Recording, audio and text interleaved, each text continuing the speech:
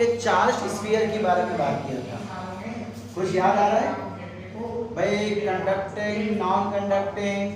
चलिए काम करते हैं, पहले हम वो थोड़ा सा फटाफट रिवाइज कर लेते हैं भाई। अब आपके जो स्फीयर है, कितने टाइप के स्फीयर होते हैं देखा था ना हमने पहले भी, या तो वो होलो होगा या तो वो सॉलिड होगा।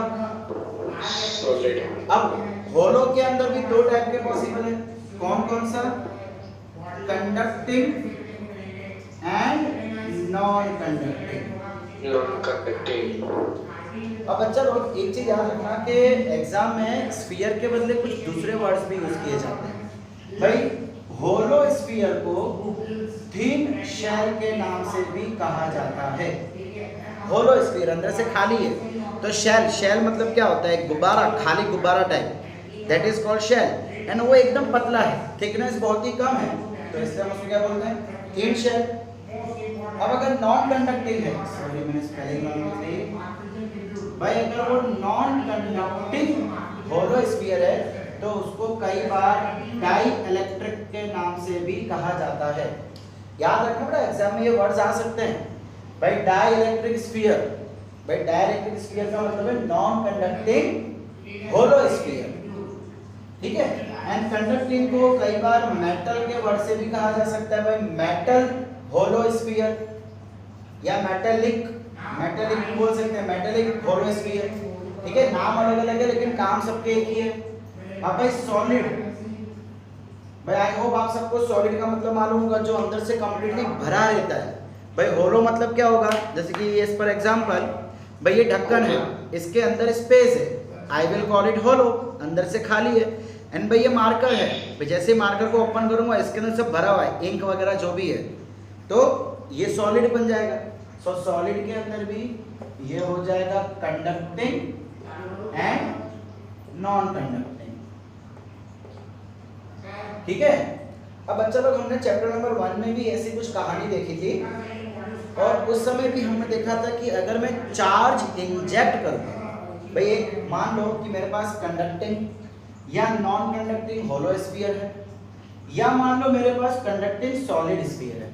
चलो मैं सबसे पहले कंडक्टिंग की बात करता हूँ। कोई भी कंडक्टर हो, शेप कोई भी हो, स्फीयर हो, सिलेंडर हो, कोन हो, कोई भी शेप हो, अगर उसके अंदर हम चार्ज डालेंगे तो वो कंडक्ट होता हुआ उसके सरफेस पे आ जाएगा, है ना। हमने अगर आपको याद हो चैप्टर नंबर 1 के स्टार्टिंग में भी देखा था कि कंडक्टर के अंदर चार्ज ट्रैवल कर सकता है, लेकिन नॉन कंडक्टर इंसुलेटर के अंदर ट्रैवल नहीं करता।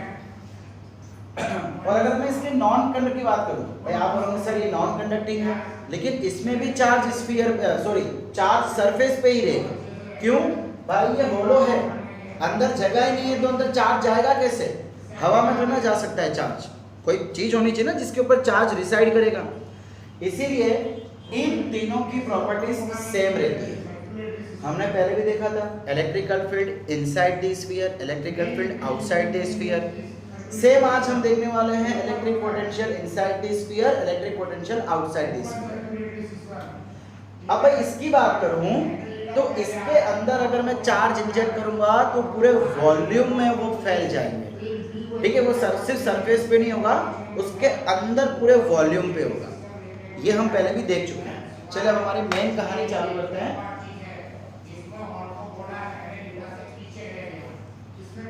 ओके भाई, केस 1 कौन सा होगा? जहां पे आपका कंडक्टिंग, नॉन कंडक्टिंग,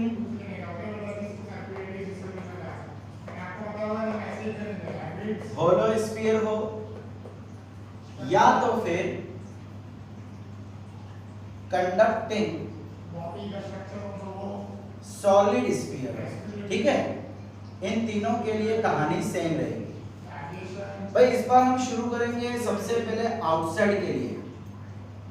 भाई ये एक स्फीयर है, इसके सरफेस पे सारे के सारे चार्ज रिसाइड कर रहे हैं, और हम क्या करेंगे? देखो जब हमको इलेक्ट्रिकल फील्ड फाइंड करनी थी तो हमने इसमें गॉस लॉ की मदद किया था, लेकिन यहाँ पे हमें गॉस लॉ का कोई यूज नहीं करना है। अच्छा, आप में से मुझे कोई बता सकता है कि इसमें इलेक्ट्रिकल फील्ड कितनी आई थी? पहले हम आउटसाइड की बात कर रहे हैं, ठीक है, आउटसाइड द स्फीयर। मैं बस इसके सेंटर से r डिस्टेंस दूर एक पॉइंट ले लेता हूं, पॉइंट P। सेंटर से r डिस्टेंस दूर एक पॉइंट ले लिया मैंने P, which is outside the sphere. तो भाई इलेक्ट्रिकल फील्ड कितनी आई थी बताइए?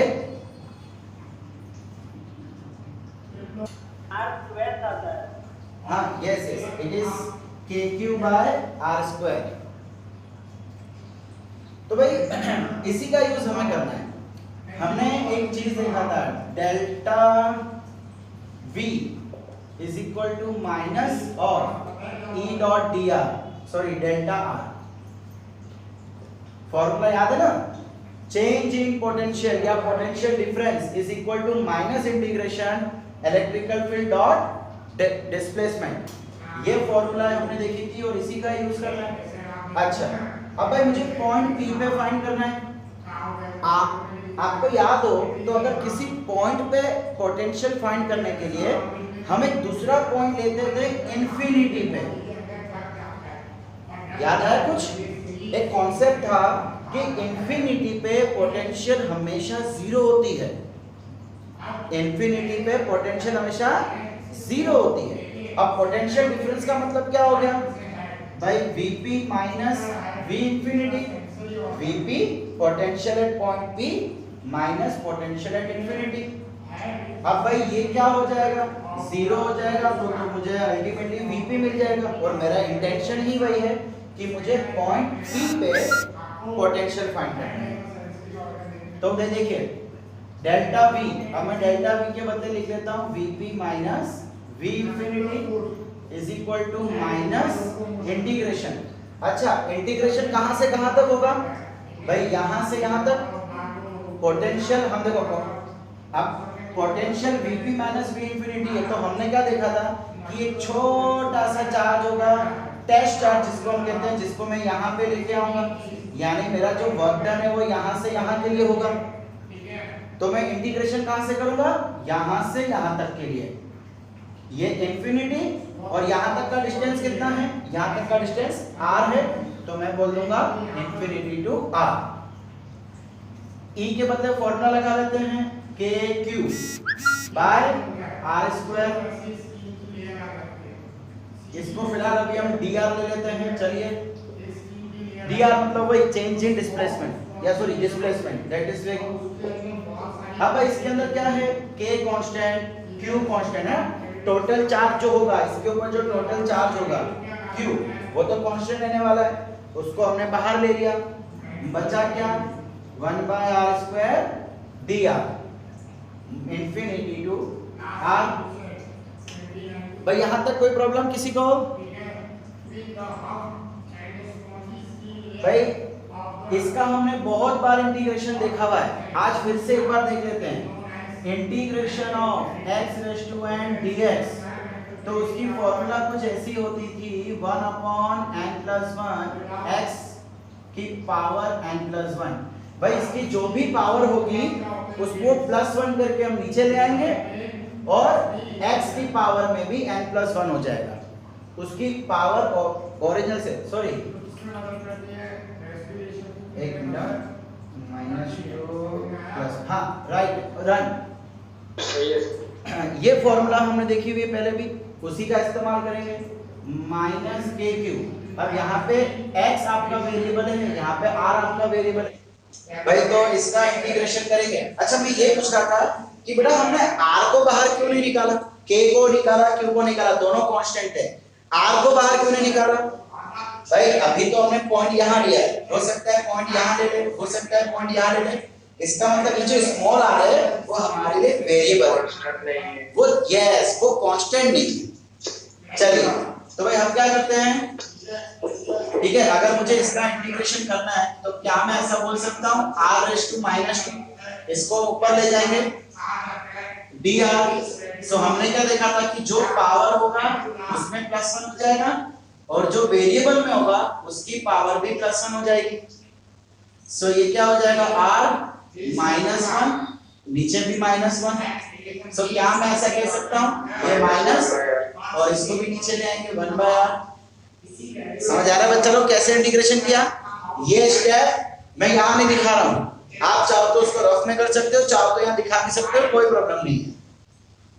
-1/r इंफिनिटी टू r, ठीक है। सो भाई एक बार हम अपर लिमिट रखेंगे, एक बार हम लोअर लिमिट रखेंगे। -kq 1/r, भाई -1/r minus minus plus 1 infinity, सही है भाई? -2 -1, हाँ ओके। अब भाई यहाँ पे क्या हो जाएगा, देखो बाहर माइनस का, अब ये 1/इंफिनिटी, ये तो 0 हो गया, 1/इंफिनिटी is always 0, minus minus plus kq/r। तो भाई हमारा फाइनल रिजल्ट क्या आ गया, देखो ये vp -0, तो ये vp एंड थोड़ा यहाँ लिख लेता हूँ, समझ लेना बच्चा लोग, vp is equal to kq by small r। भाई तो यही तो पोटेंशियल होता है किसी एक पॉइंट पे, हमने हमारे फर्स्ट लेक्चर में देखा था ना, potential at a given point, वो भी इतना ही निकला था kq/r। यानी कि अगर मैं किसी स्फीयर के बाहर जाता हूं, पोटेंशियल ढूंढता हूं, तो भाई मेरे को पोटेंशियल क्या मिलने वाला है, kq/r, स्मॉल r, बाहर का जो डिस्टेंस होगा वो। तो क्या हम यहाँ पे भी ऐसा कह सकते हैं दैट इट सीम्स, देखो ये पोटेंशियल कब आया था, जब एक चार्ज पॉइंट था, स्टार्टिंग में हमने क्या देखा था कि एक चार्ज पॉइंट है, उसके कारण इतना पोटेंशियल आया था। तो क्या हम ऐसा कह सकते हैं that it seems that all the charges are kept at a centre, actually centre पे है नहीं, but it seems that the charge is at centre. Okay बच्चा लोग, अब अगर आपको याद, अच्छा इनसाइड जाने से पहले बेटा एक सरफेस पे देख लेते हैं, चलिए एट सरफेस, भाई सरफेस पे पोटेंशियल कितनी होगी, भाई सरफेस पे आप देख सकते हो, अगर मैं सरफेस की बात करूं तो ये जो रेडियस है वो हमारे स्फीयर के रेडियस के इक्वल हो जाएगा, और हम स्फीयर का जो रेडियस है उसको कैपिटल R लेते हैं। तो क्या मैं ऐसा कह सकता हूं then our small r is equal to capital R, है ना, सीधी सी बात है ना, दोनों रेडियस इक्वल हो जाएगा।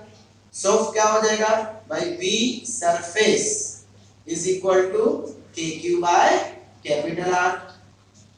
इसको ध्यान रखना भाई, ठीक है, मैं इसको यहां लिख देता हूं, v surface is equal to kq/कैपिटल R, capital R means radius of sphere, ठीक है।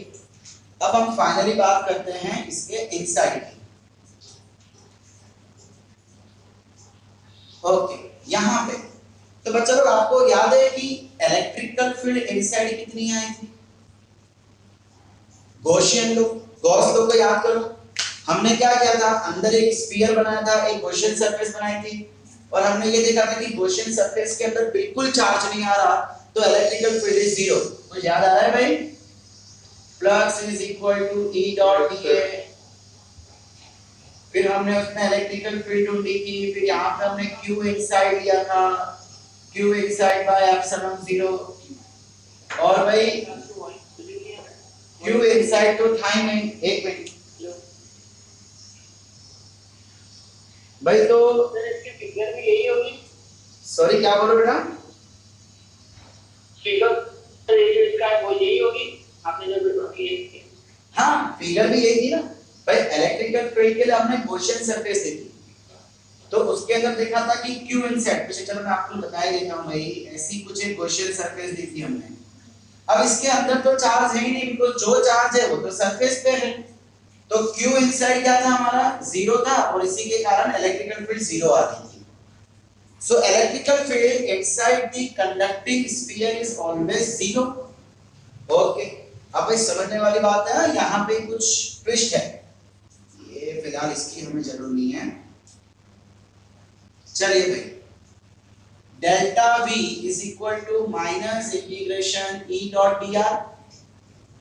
अब चलो इससे पहले हमने जो पॉइंट लिया था P पॉइंट, तो हमने क्या देखा था कि अगर मुझे एक पॉइंट पे पोटेंशियल फाइंड करना है तो मैं एक दूसरा पॉइंट ले लेता था उसकी इंफिनिटी में, लेकिन इस समय मैं इंफिनिटी पे पॉइंट नहीं ले सकता। क्यों? मैथ्स वाले बच्चे ज्यादा समझ पाएंगे। भाई एक्चुअली हो क्या रहा था कि आपकी जो ये इक्वेशन है इलेक्ट्रिकल फील्ड की, जो इक्वेशन थी q/r², इलेक्ट्रिकल फील्ड ये कंटीन्यूअस नहीं थी। क्यों? भाई इसके स्फीयर के बाहर इलेक्ट्रिकल फील्ड आपको मिल रही थी, ठीक है, हम ऐसा बोल सकते हैं is inversely proportional to r²। जैसे ही सरफेस पे आ गया तो सरफेस पे कैपिटल R हो गया था, एंड जैसे इलेक्ट्रिकल फील्ड के स्फीयर के अंदर आ गए थे आपकी इलेक्ट्रिकल फील्ड जीरो हो गई, सडनली जीरो हो गई थी।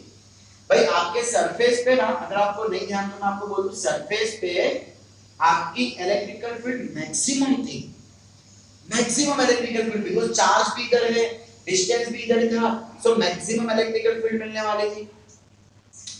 अब जैसे ही हम अंदर आए वैसे ही इलेक्ट्रिकल फील्ड एकदम जीरो हो गई, मतलब मैक्सिमम से जीरो। एंड याद रखना ये फिजिक्स का कॉन्सेप्ट है कि अगर कोई भी फिजिकल क्वांटिटी सडनली जीरो हो जाती है तो फिर मैं उसके लिए इंफिनिटी पॉइंट नहीं ले सकता। मतलब जब तक वो कंटिन्यू था, ये एक फंक्शन, मैथ्स में इसको एक फंक्शन कहते हैं, और वो फंक्शन यहां से लेके सरफेस तक कंटिन्यूअस था, लेकिन जैसे ही अंदर आ गए वो फंक्शन डिसकंटिन्यू हो गया, मैं नॉट कंटिन्यूअस हो गया। भाई मैथ्स वाले बच्चे बहुत ही अच्छे समझ पाएंगे continuous function, non continuous function क्या होता है, ठीक है। इतना याद रखो कि ये जो इक्वेशन है वो सरफेस तक ही कंटिन्यू थी, अंदर नहीं, और इसी वजह से मैं जो इंफिनिटी पॉइंट है अब वो सरफेस के बाहर नहीं ले सकता। अगर सरफेस के बाहर लूंगा तो यहाँ के लिए कंटिन्यूअस फंक्शन और यहाँ के लिए non continuous function, concept set ही नहीं होगा। तो भाई अब करें क्या? अब मैं इंफिनिटी भी नहीं ले सकता, तो हम क्या करते हैं बच्चा लोग, हम है ना एक पॉइंट ले लेते हैं just before the surface, just before the surface, उसको मैंने नाम दे दिया S, ये थोड़ा इधर ले लेते हैं, ठीक है, जस्ट बिफोर द सरफेस। अब हम क्या कर रहे हैं, हम यहां का पोटेंशियल माप रहे हैं, तो भाई Vp माइनस Vs, हम क्या कर रहे हैं भाई, जो इंफिनिटी पहले लेते थे अब वही इंफिनिटी अंदर ले रहे हैं, लेकिन कैसे, सरफेस से एकदम पहले। तो पहले हम Vp माइनस V इंफिनिटी लिखते थे, तो अब हम Vp माइनस Vs लिख लेंगे, okay, minus integration E, electrical field की फॉर्मूला, भाई इलेक्ट्रिकल फील्ड तो जीरो होती थी, स्फीयर के अंदर electrical field zero, dot dr, angle की हमें जरूर नहीं है। हाँ एक चीज बताना भूल गया बेटा, इससे पहले जो आउटसाइड वाला केस था उसमें E डॉट dr, तो भाई उसमें डॉट के बदले cos 0 आता था।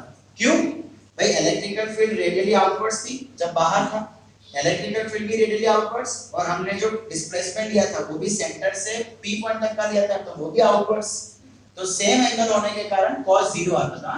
Sorry I forgot to say that, इसको नोट डाउन कर लेना, ओके। अब तो इलेक्ट्रिकल फील्ड जीरो है, तो अब cos 0 हो cos 90 हो कोई फर्क नहीं पड़ता। Vp मुझे चाहिए Vs, भाई Vs का मतलब पोटेंशियल एट पॉइंट S। अब पोटेंशियल एट पॉइंट S, ये पॉइंट किधर है, ये सरफेस से एकदम पहले है, तो इट इज ऑब्वियस कि जितनी पोटेंशियल सरफेस पे होगी उतनी ही पोटेंशियल ये पॉइंट पे होगी। क्यों? बिकॉज़ वो एकदम अंदर है, तो V सरफेस,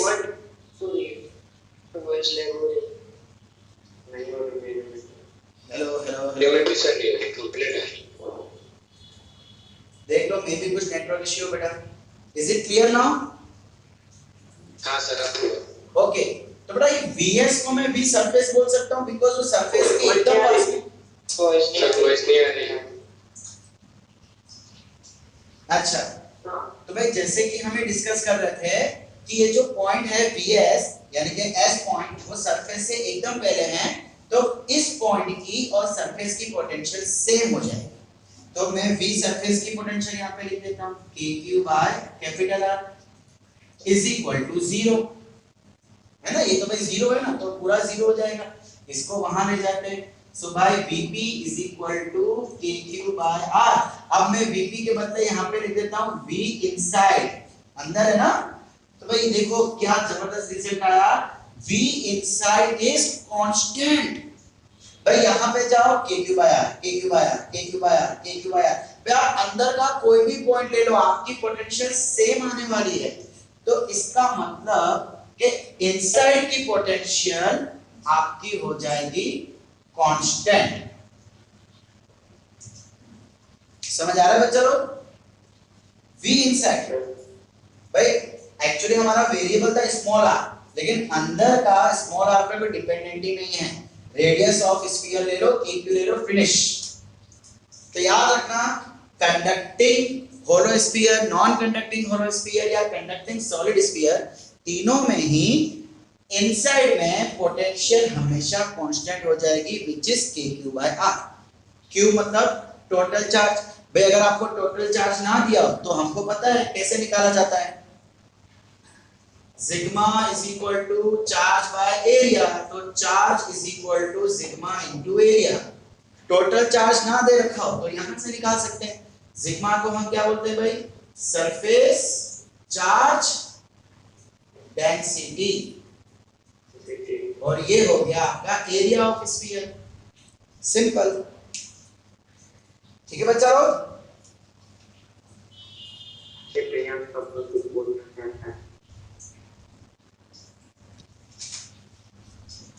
भाई देखिए,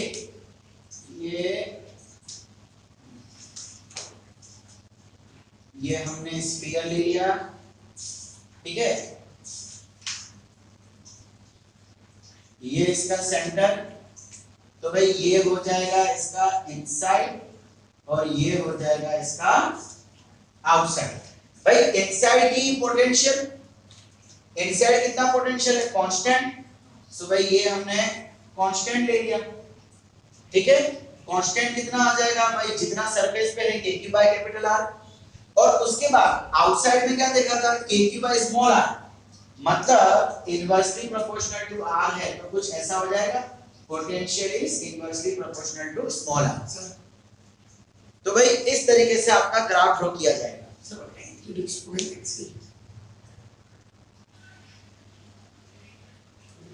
अब भाई केस 2 में भी सबसे पहले हम देख लेते हैं आउटसाइड के बारे में, ठीक है। यहां पे क्या था भाई? पूरे वॉल्यूम में चार्ज डिस्ट्रीब्यूटेड था, पूरे वॉल्यूम में। और भाई ये सेंटर से मैंने एक पॉइंट ले लिया P, R डिस्टेंस की दूरी पे, और भाई स्फीयर की जो रेडियस थी वो है कैपिटल R। भाई इस समय का इलेक्ट्रिकल फील्ड याद है आपको? E outside. नहीं याद हो तो याद कर लो, KQ by small r square.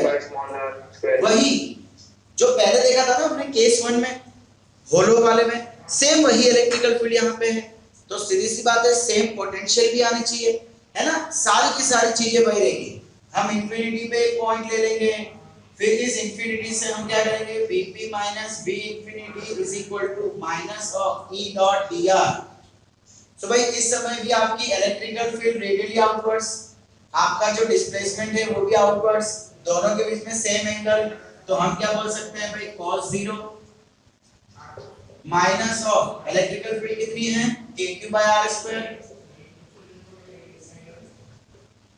dr cos 0 1 and Vp minus infinity पे पोटेंशियल 0 हम पहले देख चुके हैं। मतलब जो हमने पहले किया था बेटा, same steps, same to same, कुछ भी चेंज नहीं होगा। एंड जब आप पूरा सॉल्व करोगे तो आपका आंसर, अब मैं V आउट लिख रहा हूं, Vp नहीं लिख रहा हूं, तो सेम आंसर आ जाएगा KQ by small r। Same first case जैसा, कुछ भी डिफरेंट नहीं, ठीक है। सो मैं यहाँ पे लिख देता हूं V out is equal to KQ by R। ठीक है बच्चा लोग? अब भाई मेन ट्विस्ट है यहाँ पे V इनसाइड के, देखना बहुत ही अच्छा ट्विस्ट आएगा यहाँ पे बेटा। बेटा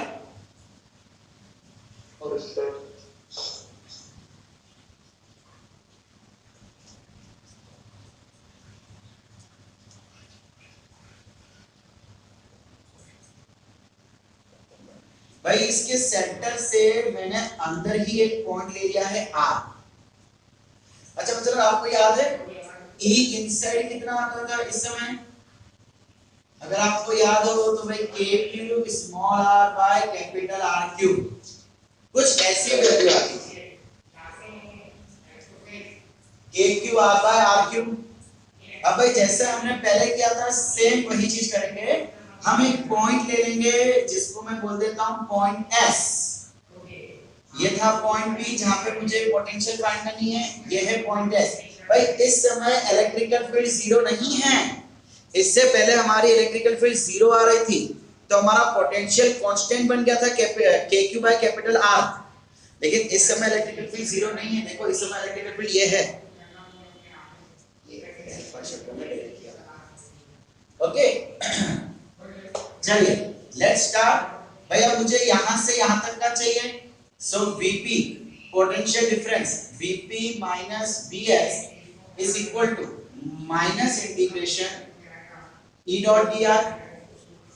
इंटीग्रेशन कहां से कहां तक का है भाई, स्मॉल s से p तक, s से p तक है भाई। s तक का डिस्टेंस कितना होगा, हमने क्या देखा था, this point is just before the surface, तो इसका मतलब इसका जितना डिस्टेंस होगा वो अप्रोक्सीमेटली रेडियस हो जाएगा। तो भाई हम बोल सकते हैं कैपिटल आर से स्मॉल आर, हम यहां से यहां तक करने वाले हैं, वर्क डन यहां से यहां तक फाइंड करने वाले हैं। ये डिस्टेंस कितना, रेडियस कैपिटल आर, ये डिस्टेंस कितना, स्मॉल आर। चलिए बढ़िया। सो Vp माइनस भाई Vs, हमने पहले भी देखा था कि जितना सरफेस पे इसके होगा पोटेंशियल उतना ही पोटेंशियल इस पे होगा, और Vs क्या होता था भाई, जितना V8 होता था उतना ही V सरफेस होता था, खाली यहाँ पे कैपिटल आर आ जाएगा।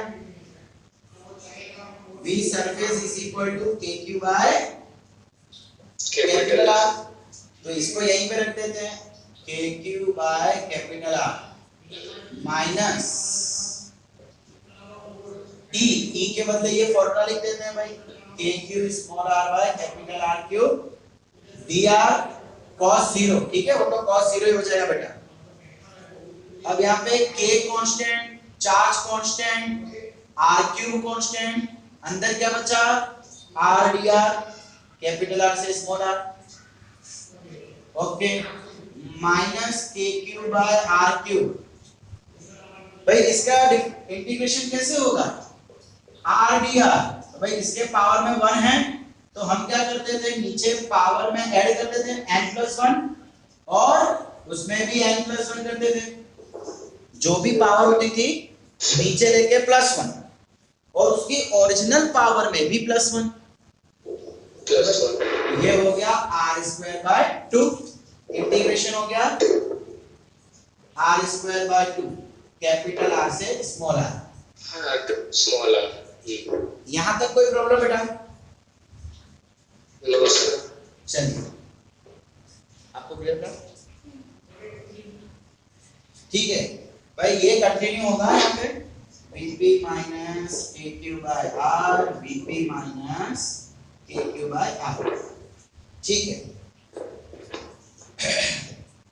अब देखिए जरा मैं कैसे सॉल्व कर रहा हूँ, Vp minus KQ by capital R, ये तो मैंने ऐसे चीज रखा, upper limit minus lower limit, integration का रूल हमको पता ही है, minus KQ by R cube, upper में क्या आ रहा है, स्मॉल r, तो r²/2 माइनस लोअर में क्या आ रहा है, कैपिटल R, कैपिटल r²/2। बहुत ही ऑकवर्ड इक्वेशन है बट क्या करें, है तो है। अब भाई ध्यान से देखना मैं क्या कर रहा हूं, Vp इज इक्वल टू, मैं इसको इसके अंदर डाल रहा हूं, ये जो बाहर वाला टर्म है मैं उसको अंदर डाल देता हूं, so minus KQ small r²/2r cube minus minus plus KQ capital R²/2r cube. Sir थोड़ा क्लियर से हाँ कर रहा हूँ, डोंट वरी, ओके ठीक है भाई। मैंने क्या किया, इसको इसके अंदर डाल दिया, तो एक बार r²/2 आ गया, एक बार कैपिटल R²/2 आ गया। अब भाई मेरे पास ये भी तो था माइनस KQ/R, मैं इसको उठा के RHS में लेके जाता हूँ, तो वो क्या हो जाएगा, plus KQ by capital R हो जाएगा।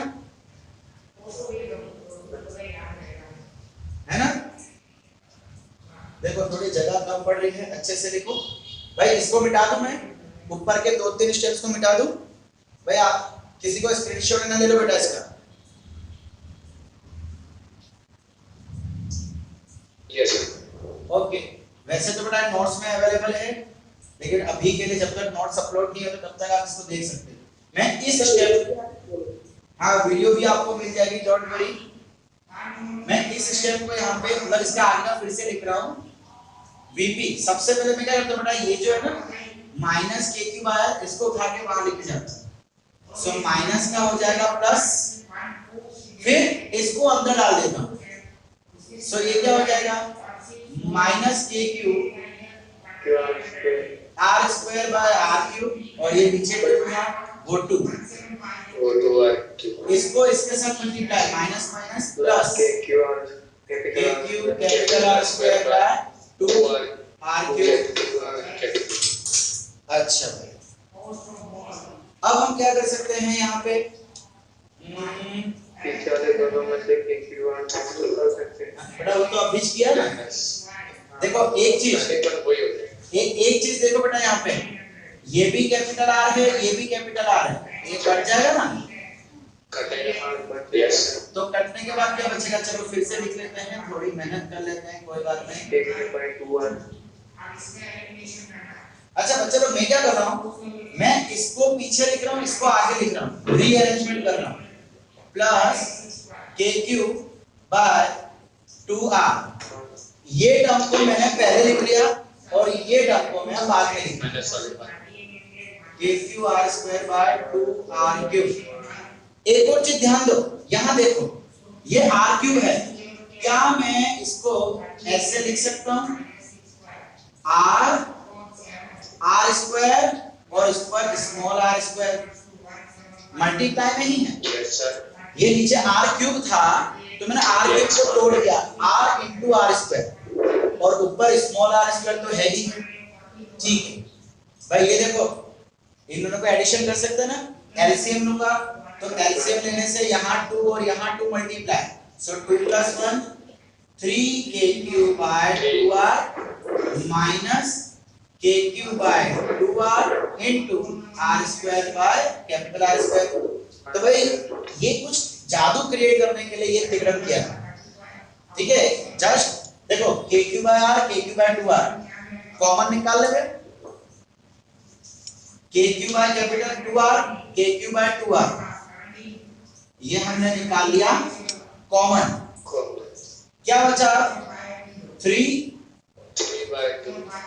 नहीं 2 तो कॉमन निकाल लिया ना बेटा, 2 बचेगा, बेटा 2 तो इन दोनों में 2 था, 2 को हमने कॉमन निकाल लिया, तो यहाँ पे 2 थोड़ी ना आएगा, k³ बाय 2r बाहर माइनस k³ बार सॉरी ये क्या आ जाएगा 1 नहीं, r square by capital R square. So भाई ये आ गया k³ की जगह पर हुआ ऐसा।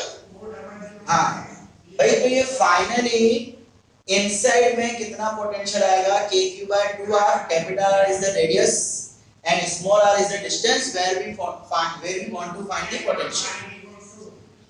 ठीक है, थोड़ा अजीब सा इस बार मिला है लेकिन करना तो है ही। अब बच्चा लोग एक चीज आप ध्यान रखो, ये जो टॉपिक था पूरा नीट के बेस पे था। ये जो टॉपिक है, अब हमने जो पहले इसका इनसाइड देखा था, ठीक है, इनसाइड आपको नीट तक आ सकता है, फिजिक्स और जेडब्ल्यू मेन तक आ सकता है। ये जो टॉपिक है जनरली जेडब्ल्यू एडवांस में पूछा जाता है, ठीक है, इतना खतरनाक वाला। सो इस केस में अगर आप डेरिवेशन याद ना रख के डायरेक्टली फॉर्मूला याद रखते हो तो भी प्रॉब्लम नहीं है, कोशिश की जाए, बिकॉज देखो कभी कभार हम लोग क्या है कि फॉर्मूला भूल जाते हैं। सो अगर जेडब्ल्यू या नीट में हमारे पास टाइम है तो हम उसका फटाक से डेरिवेशन निकाल के फॉर्मूला निकाल सकते हैं। इसीलिए आपको मैं कह रहा हूँ कोशिश करो कि पहले तो फॉर्मूला अच्छे से याद हो जाए, फिर भी एक डेरिवेशन आपको याद हो तो सबसे बेस्ट। बस कॉन्सेप्ट ध्यान लगाओ, फिर तो डेरिवेशन यूं आ जाएंगे। ठीक है भाई, अब देखो बच्चा लोग इसको ध्यान से देखो भाई। अगर मैं इनसाइड आउटसाइड की बात करूं तो आउटसाइड में आपकी पोटेंशियल, मैं थोड़ा इसको इधर घुमा दूं, हाँ भाई आउटसाइड में जो आपकी पोटेंशियल थी वो इनवर्सली प्रोपोर्शनल कर दी है आर को, लेकिन अगर मैं इनसाइड देखूं, मैं अब पी को हटा के लिख देता हूं वी इनसाइड, तो भाई के constant, Q constant, radius constant, सिर्फ आर ही चेंज है। तो मैं बोल सकता हूं कि सॉरी यहाँ पे पोटेंशियल, कि भाई जो पोटेंशियल है वो माइनस आर स्क्वायर को प्रोपोर्शनल, देखो के क्यू आर ये सब कांस्टेंट है, सिर्फ माइनस आर ही ऐसा है जो चेंज हो रहा है। सो माइनस आर स्क्वायर पे डिपेंड करेगा इनसाइड का पोटेंशियल। अब अगर इसका मुझे ग्राफ ड्रॉ करना हो तो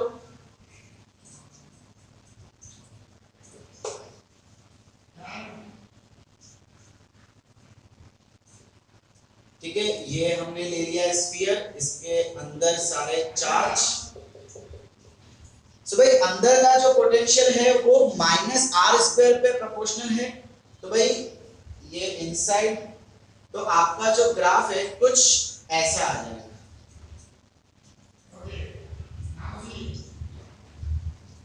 हो क्या रहा है, माइनस आर स्क्वायर, मतलब भाई आपका जो पोटेंशियल है वो बढ़ता जा रहा है लेकिन नेगेटिव साइड में।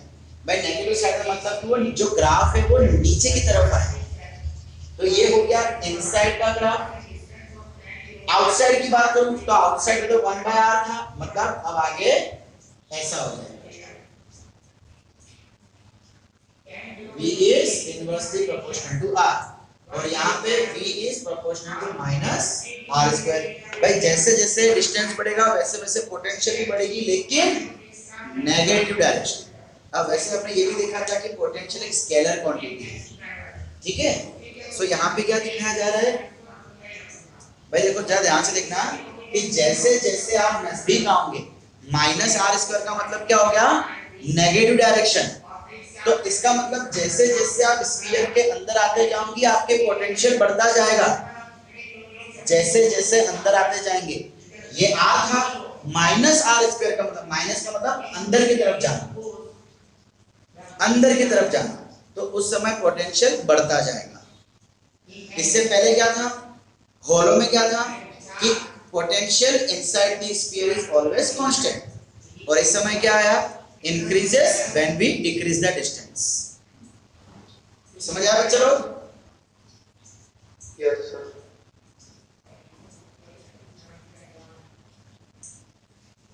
क्वेश्चन ये है, what is the relation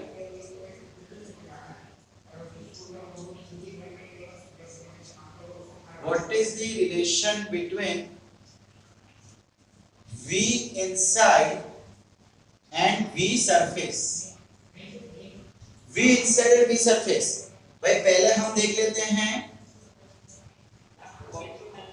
voice नहीं आ रही आपकी। ओके अब आ रही है, अब आ रही है।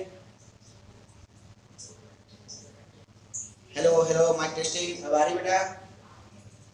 प्रॉपर आ गई।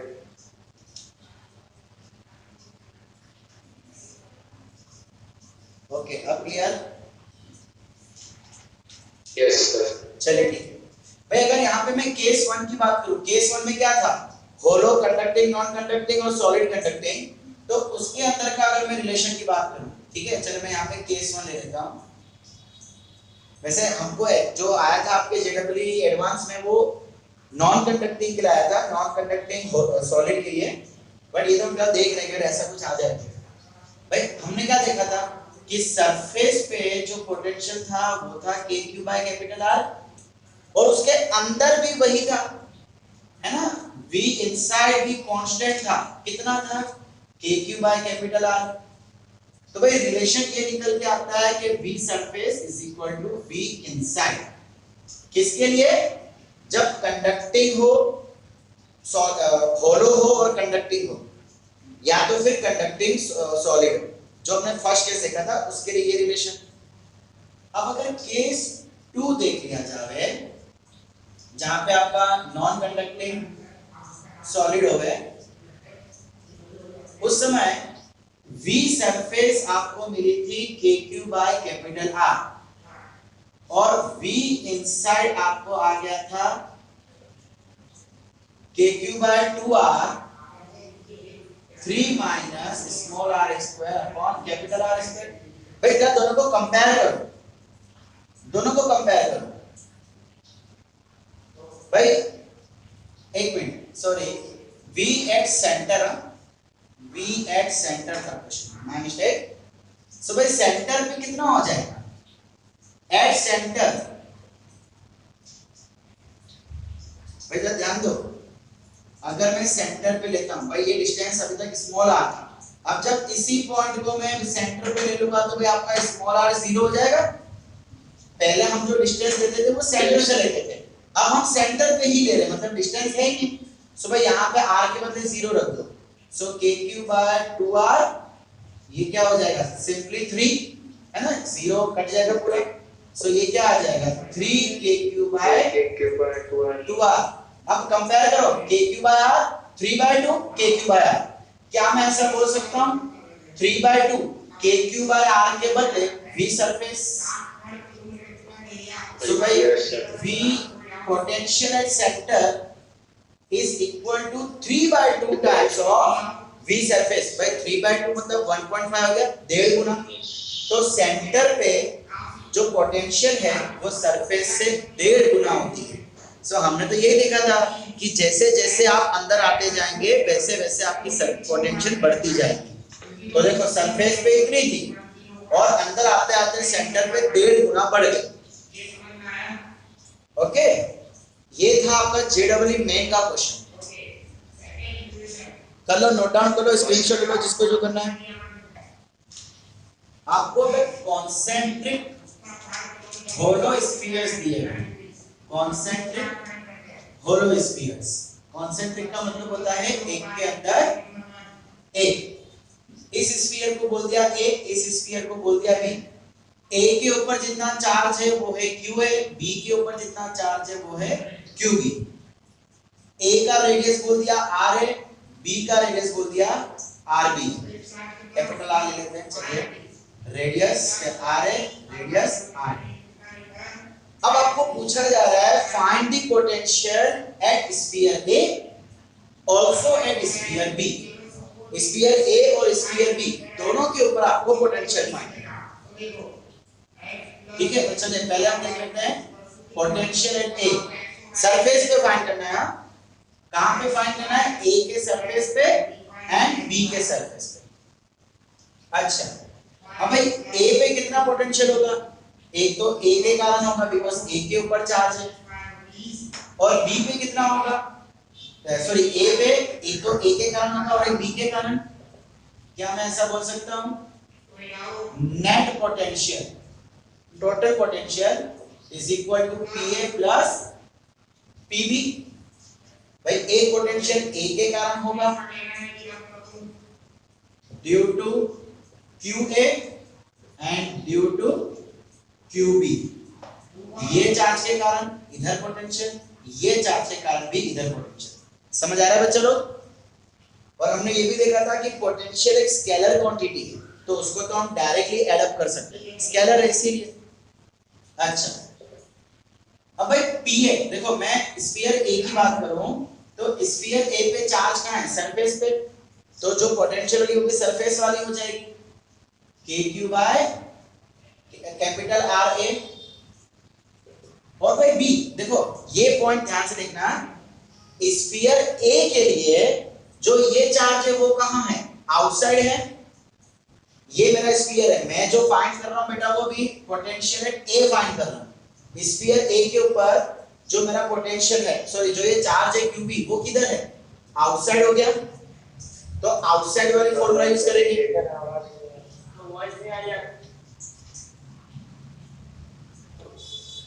ओके, अब क्लियर?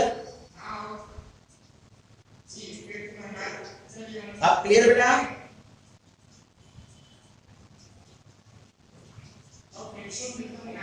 बेटा आवाज आ रही कि नहीं ये तो बोलो।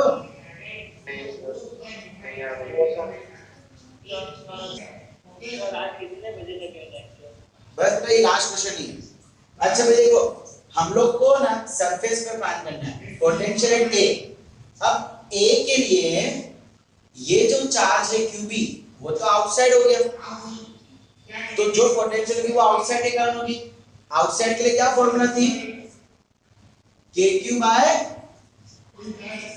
भाई ये आर भी हो जाएगा, है ना। आउटसाइड के लिए हम ये जो बाहर वाला जो डिस्टेंस होता था वो यूज करते थे। सो यहाँ पे क्या हो जाएगा, आर बी। ओके, सो ये हो गया, बस ये फाइनल आंसर आपका, फिनिश। अगर वैल्यू दी जाती तो वैल्यू पुट कर लो, आंसर फाइंड कर लो, पिक्चर होगा। अब भाई सेकंड आपको बोला गया है कि स्फीयर बी पे भी करो, सरफेस ऑफ स्फीयर बी, तो net potential at B, again इस पे जो पोटेंशियल होगी वो क्यूबी के कारण भी होगी और वो क्यू ए के कारण भी होगी। सो भाई मैं बोल दूंगा potential due to Q A P A plus P B. अब ये जो पोटेंशियल है वो ड्यू टू क्यू ए हो जाएगा,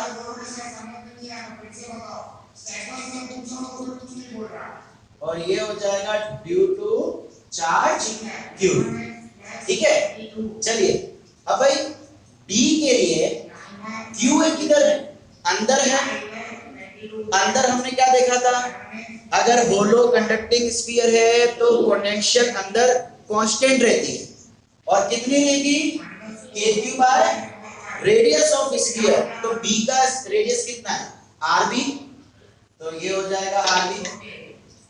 समझ गए बेटा, स्फीयर बी के लिए ये जो चार्ज है वो किधर है, अंदर है। तो हमने क्या देखा था कि अगर होलो के अंदर चार्ज है, अगर अंदर पोटेंशियल कितना होता है, कांस्टेंट। देखो यहां देखो, ठीक है, ये कैपिटल आर था, ये पॉइंट स्मॉल आर था। अगर अंदर इलेक्ट्रिकल फील्ड जीरो है तो पोटेंशियल कांस्टेंट होती थी, और उसकी फॉर्मूला होती थी के क्यू बाय कैपिटल आर। जिस स्फीयर पे आपको चाहिए उस स्फीयर की रेडियस, तो हमें यहाँ पे स्फीयर बी पे चाहिए तो हम बी की रेडियस लगा देंगे यहाँ पे, ठीक है। और अब एक पीबी, तो पीबी पे क्या है, क्यूबी के कारण है, तो वो क्या हो जाएगा, सरफेस वाले फॉर्मूला के क्यू बाय आर बी। इसके नीचे भी आर बी, इसके नीचे भी आर बी, ये के क्यू है, ये के क्यू बी। तो भाई ये मेरा फाइनल आंसर। इसमें अब जैसे हम के कांस्टेंट निकाल सकते हैं, ठीक है। तो ये आ गया आपका फाइनल आंसर। अब भाई आपको ये भी कहा जा सकता है कि भाई विच पोटेंशियल इज लार्जर, मतलब भाई पीए बड़ा है कि पीबी बड़ा है, दोनों में से बड़ा कौन है। तो कंपेयर करते हैं, चलिए इन दोनों को कंपेयर करते हैं। देखो ये ए ये बी, भाई मैं देख सकता हूं K Q B by R B, K Q B by R B, ये तो सेम हो गया, दिख रहा है आपको। देखो दो टर्म आ रहे हैं, दो टर्म में से एक टर्म तो सेम है, तो मैं इसको फिलहाल अभी जाने देता हूं, क्यों, बिकॉज़ दोनों सेम है। अब मैं आ जाता हूं इस पे K Q A by R A, K Q A by R B. तो देखो इस टर्म का जो न्यूमरेटर के क्यू ए वो भी सेम, अलग क्या है, सिर्फ और सिर्फ डिनोमिनेटर। इसका आर है और इसका आर बी है। भाई कौन बड़ा है, आर ए बड़ा है कि आर बी बड़ा है, ऑब्वियसली आर बी बड़ा हुआ है, यानी कि ये बड़ा है तो ये टर्म छोटा हो जाएगा। न्यूमरेटर में अगर छोटा है तो फाइनल आंसर बड़ा, न्यूमरेटर में अगर बड़ा चीज है तो फाइनल आंसर छोटी हो जाती है, इनवर्सली प्रोपोर्शनल है, छोटा हो जाएगा, मतलब ये टर्म छोटा हो जाएगा। तो ये टर्म छोटा मतलब PB is less than PA, sorry ये उल्टी है, ठीक है। तो PA मतलब जो सबसे अंदर होगा, ये याद रखना, यहाँ पे कॉन्सेप्ट और सीखने को मिला कि जो स्फीयर सबसे अंदर होगा उस पे सबसे ज्यादा पोटेंशियल होगी। अब हो सकता है कि इसके ऊपर हम तीसरा भी कॉन्सेंट्रिक स्फीयर ले लेंगे, थर्ड भी ले लेंगे, वो भी आ सकता है, ठीक है बच्चा लोग।